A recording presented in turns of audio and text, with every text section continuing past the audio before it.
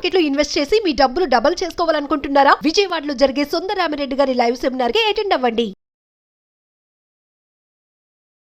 నమస్తే, welcome back to Suman TV. నేను మీ సంజయ్. ఈరోజు మనతో పాటు ఉన్నారు motivational speaker and emotional wellness coach హరిత అక్లా గారు. మ్యామ్తో మాట్లాడి ఈరోజు ఒక చిన్న డౌట్ గురించి తెలుసుకుందాం. యాక్చువల్లీ ఈ డౌట్ అనేది ప్రతి ఒక్కరి లైఫ్లో ఫేస్ చేసి ఉంటారు. ప్రతి ఒక్కరని కాదు, కొంతమంది ఖచ్చితంగా ఫేస్ చేసి ఉంటారు. దీనిపై ఒక చిన్న క్లారిటీ ఇచ్చుకుందాం. And hi ma'am. నమస్తే సంజయ్. మ్యామ్, ఈరోజు నన్ను ఒక బాధించిన బాగా ఎలాగంటే ఒక సెట్ ఆఫ్ టైంలో నన్ను బాగా ఏడిపించిన విషయం గురించి మిమ్మల్ని అడుగుదాం అనుకుంటున్నా. అంటే ఏ విధంగా అంటే సంథింగ్ పేర్లు తీయను, కానీ మీకు ఒకటి చెప్తా. ఒక ఫ్యామిలీ మ్యామ్, ఫ్యామిలీ, అందులో ఒక నాయనమ్మ, అమ్మ, నాన్న, ఇద్దరు పిల్లలు. అండ్ అదే సెట్ ఆఫ్ టైంలో ఆ నాయనమ్మ గారికి ఇంకా పిల్లలు ఉన్నారు, ఆడపిల్లలు ఉన్నారు, మగ పిల్లలు ఉన్నారు. కానీ వీళ్ళందరికన్నా ఎక్కువగా చూసుకున్నది వీళ్ళే. ఫుడ్ విషయంలో కానీ, వాళ్ళకి కావాల్సిన వసతులు కానీ మొత్తం షెల్టర్ కల్పించి మొత్తం అంతా ఒక కొడుకు స్థానంలో ఉండి, అంటే మిగతా పిల్లలు కూడా చూసుకున్నారు. ఎక్కువగా చూసుకుంది అయితే ఈయన మాత్రమే. ఈయన చూసుకున్నాక ఒక సెట్ ఆఫ్ టైంలో ఆమెకి చిన్న యాక్సిడెంట్, అంటే ఇంట్లోనే చిన్న ఒక అనుకోని సంఘటన జరిగి ఆమె హాస్పిటలైజ్ అయింది. అయిన తర్వాత కూడా ఆ ఇంట్లో వాళ్ళే ఒక 1 month వరకు సంథింగ్ హాస్పిటల్లో ఉండి ఆమెకు సేవలు చేసి హాస్పిటల్ ఖర్చులు అన్నీ కాదు, మొత్తం అన్ని మ్యాక్సిమం 90% చూసుకున్నది వీళ్ళే. అండ్ మిగతా వాళ్ళు కూడా సాయం చేశారు. అప్పుడప్పుడు వచ్చారు, చూశారు, కొన్ని రోజులు తోడున్నారు, అండ్ వాళ్ళు చేయగలిగింది చేశారు. లాస్ట్లో ఆమె ఎంత హాస్పిటలైజ్ అయ్యి ఎంత సేవ చేసినా, ఎంత ట్రీట్మెంట్ చేసినా కానీ లాస్ట్లో మాత్రం ఆమె చనిపోవడం జరిగిందండి. అయితే ఇంత జరిగిన తర్వాత ఇదంతా ఒక వాళ్ళ ఇంటికి తీసుకెళ్లారు. సంథింగ్ ఎర్లీ మార్నింగ్ అక్కడ మొత్తం అన్నీ ఆ పోస్ట్ మార్టం అని సంథింగ్ అక్కడ అన్నీ కంప్లీట్ చేసుకుని ఇంటికి తీసుకొచ్చారు బాడీని.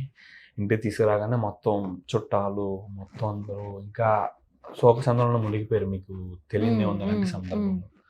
అందరూ మనిషి చనిపోయారన్న బాధలో విపరీతమైన ఏడుపులు, బాధలు, ఒక ఎలాగంటే మొత్తం లో వైబ్రేషన్తో ఉన్నారు, అందరూ ఏడుస్తూ ఉన్నారు. మేము ఇలాంటి సందర్భంలో ఆ ఫ్యామిలీకి ఒక మాట వినిపించిందని ఒక వ్యక్తి దగ్గర నుంచి.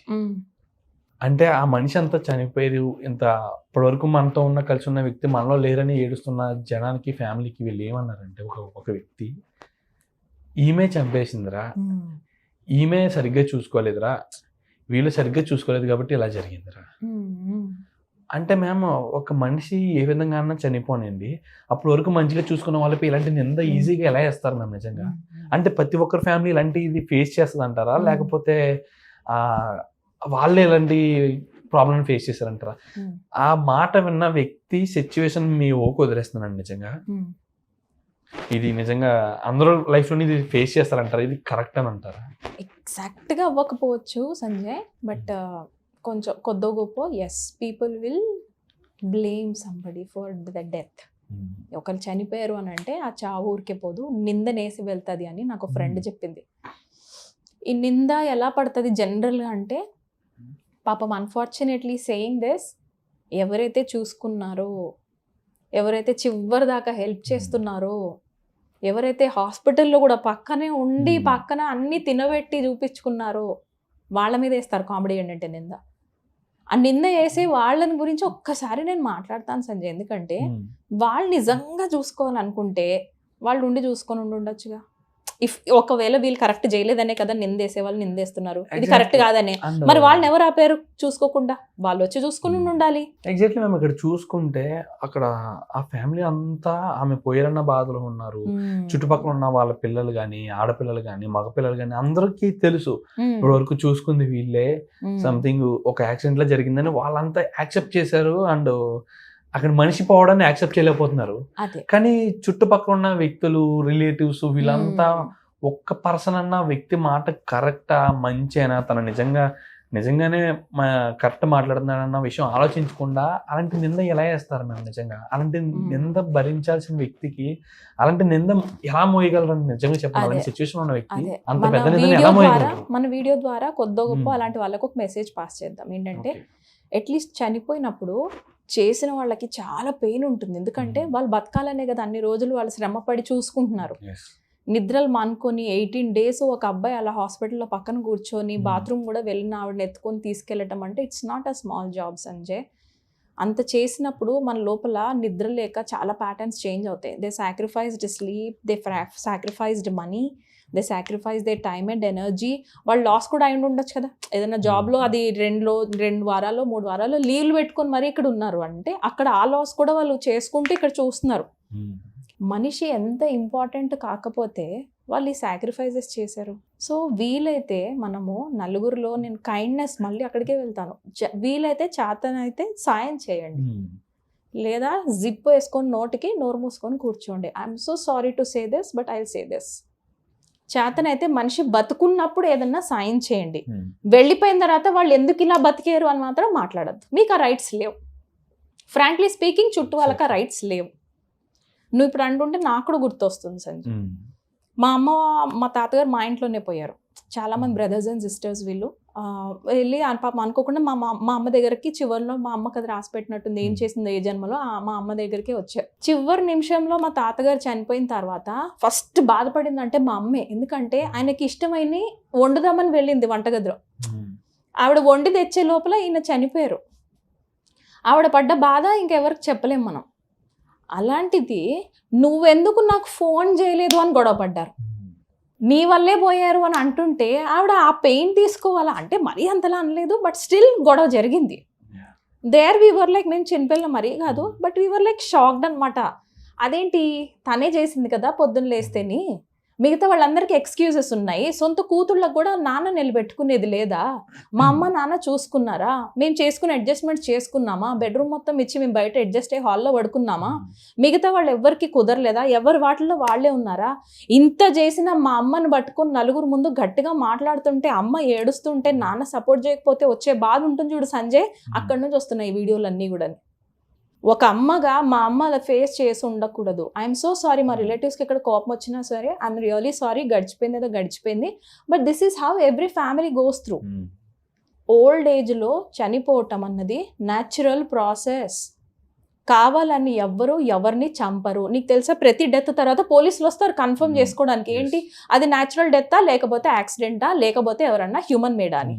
ఎస్ ఆర్ నో, ఎంక్వైరీ అవ్వకుండా ఎవరిదైతే సైన్ చేయించుకోరు కదా. Every death they will have a sign కదా.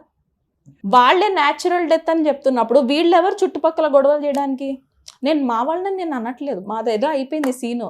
నువ్వు ఇప్పుడు చెప్పింది కూడా టెరిబుల్ పెయిన్ లో ఉన్నప్పుడు this is not the point of discussion there. వాళ్ళు పట్టించుకోలేదు, వాళ్ళు సరిగ్గా చూడలేదు, వాళ్ళు అసలు నెగ్లిజెన్స్ గా ఉండడం వల్ల ఇలాంటివి జరిగినాయి. వాళ్ళు పట్టించుకోకపోవడం వల్ల మనిషి పోయారని చెప్పి ఆ మాటలు కొంచెం అవాయిడ్ చేయండి అబ్బా please. They have to change. అది మార్చుకోండి, ఎందుకంటే రేపొద్దున మీరు మనుషులు కోల్పోతారు. ఆ పీరియడ్ లో అన్ని రోజులు ఆమెను చూసుకున్న హాస్పిటల్లో ఉన్న వ్యక్తి ఆమె చనిపోయే 5 నిమిషాల ముందు జస్ట్ అలా బయటికి వెళ్ళి రావడం వల్ల జస్ట్ అక్కడ మనుషులు ఉన్నారు మ్యామ్. నిజంగా చనిపోయే సమయంలో వేరే పర్సన్స్ ఉన్నారు.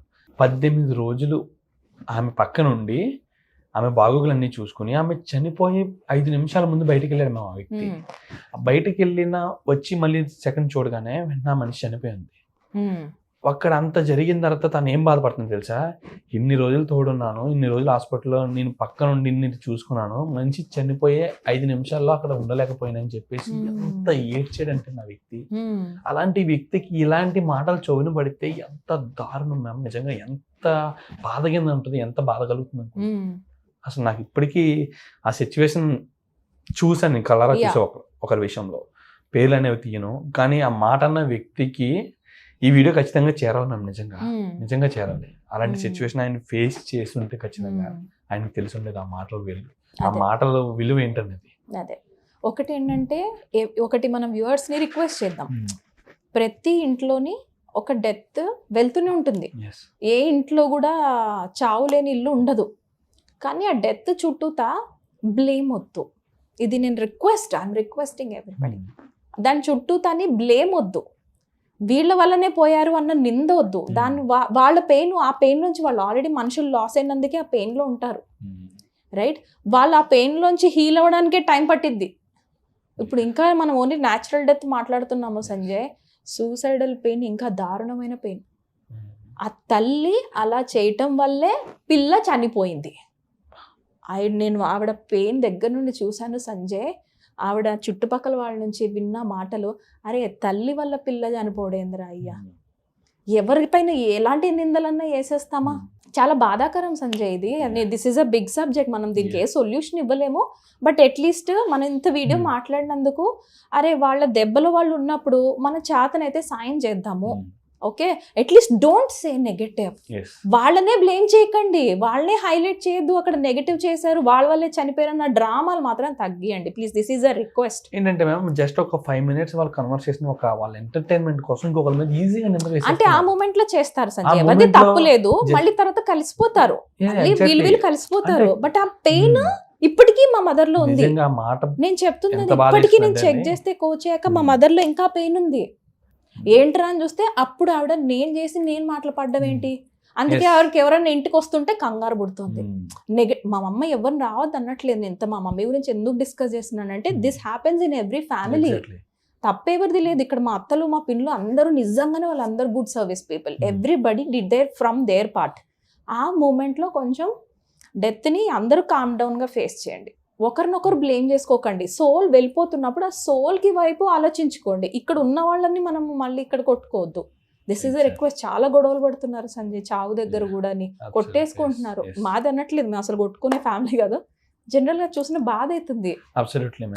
అండ్ ఇలాంటి సంఘటన గురించి ఇంకొక వీడియోలో మాట్లాడదాం. సూసైడల్ పెయిన్ మాట్లాడదాం. అబ్సల్యూట్లీ. అండ్ అంతేకాకుండా యాక్చువల్లీ ఒక పిల్లల గురించి కూడా మాట్లాడుకుందాం. తల్లిదండ్రులు పిల్లల మధ్య ఎలాంటి బాండింగ్ ఉన్న దాని గురించి. అండ్ ప్రతి ఒక్కరు దీని నుంచి చాలా నేర్చుకోవాలి మ్యామ్. ఏ విధంగా అంటే వాళ్ళకి 5 నిమిషాలు ఒక ఎంటర్టైన్మెంట్ అవ్వచ్చు, ఒక నింద. కానీ ఒకరి పైన నింద పడుతుందంటే నింద మోసే వ్యక్తికే తెలుస్తుంది ఆ మాట బాధ, పెయిన్ ఉందని. ఎంటర్టైన్మెంట్ వల్ల అన్నారు, వాళ్ళకు కూడా ఆ బాధ ఉంది. దాని వాళ్ళకి డీల్ చేయడం రావట్లా. వాళ్ళు కూడా లాసే అయ్యారు. ఆ రిలేషన్షిప్ లో ఉన్నారని అంటే వాళ్ళకు కూడా పెయినే, అది మనిషి పోయారంటేనే. కానీ వాళ్ళకి అది ఎలా ఎక్స్ప్రెస్ చేయాలో తెలియట్లేదు. అక్కడ కొంచెం మనం నేర్చుకోవాలి ఏ ఫీలింగ్ ని ఎలా ఎక్స్ప్రెస్ చేయాలి అనేసి. Absolutely, ma'am. Thank you, ma'am. Thank you very much. Thank you, Sanjay.